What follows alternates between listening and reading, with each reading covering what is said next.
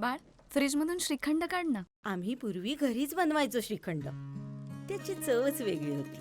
आता काय सगळं रेडीमेड. आजी, हे श्रीखंड खाऊन बघ.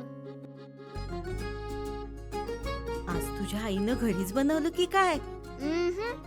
हे आहे गोकुळचं श्रीखंड. अगदी जिभेवर रेंगाळणार. जिभेवरच नाही तर मनावरही रेंगाळणार. गोकुळ श्रीखंड, मनावर रेंगाळणार. मोर्चाद्वारे आम्ही शासनाला दाखवून दिलंय की आम्ही एकत्र आहोत, आता शांत बसणार नाही. आंब्याला प्रति हेक्टरी 5 लाख आणि काजूला 4 लाख नुकसान भरपाई तात्काळ मिळाली पाहिजे.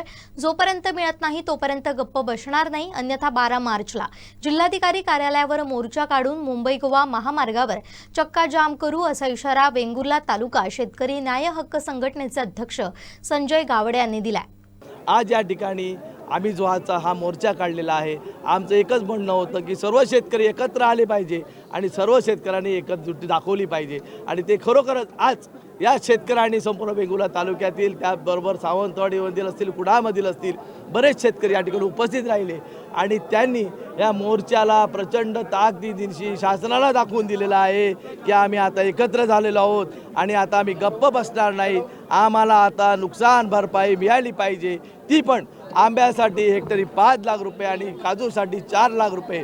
जोपर्यंतही आम्हाला नुकसान भरपाई मिळत नाही तोपर्यंत आम्ही गप्प बसणार नाही आणि या ठिकाणी आम्ही कोणत्याही परिस्थितीची नुकसान भरपाई मिळवून घेऊ. अन्यथा 12 मार्चला आम्ही जिल्हाधिकारी कार्यालयावर मोर्चा काढणार आहोत.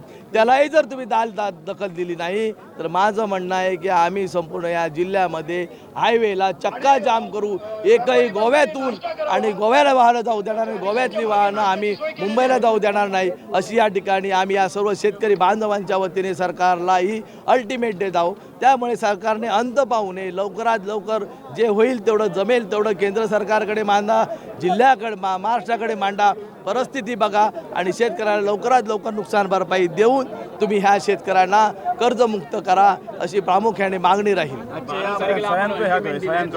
जर मागणी पूर्ण नाही झाली तर आपण मंत्रालयावर धडक मोर्चा सर्व आंबा आणि काजू बागायतदार काढणार का? नक्कीच. जर एवढंही जर शासन जर एवढा मोठा मोर्चा होऊ नये, जर शासनाला त्याची जर किंमत नसेल तर मला वाटतं नक्कीच मोर्चाला मंत्रालयावरती या सिंधुदुर्ग जिल्ह्याच्या वतीने, रत्नागिरी जिल्ह्याच्या वतीने आम्ही एकत्र येऊन नक्कीच हा मोर्चा आमच्या मंत्रालयावरती धडकल्याशिवाय राहणार नाही. आणि ही परिस्थिती, हे पाऊल सरकार मला वाटतं आम्हाला नक्की उचलू देणार नाही. कारण खरोखर या जर शेतकऱ्याची कळवळ असणारं सरकार असं म्हणतंय तर मग यावेळी त्यांनी हे सर्व बाबी केल्या पाहिजे. शेतकऱ्याचा सातबारा कोरा केला पाहिजे.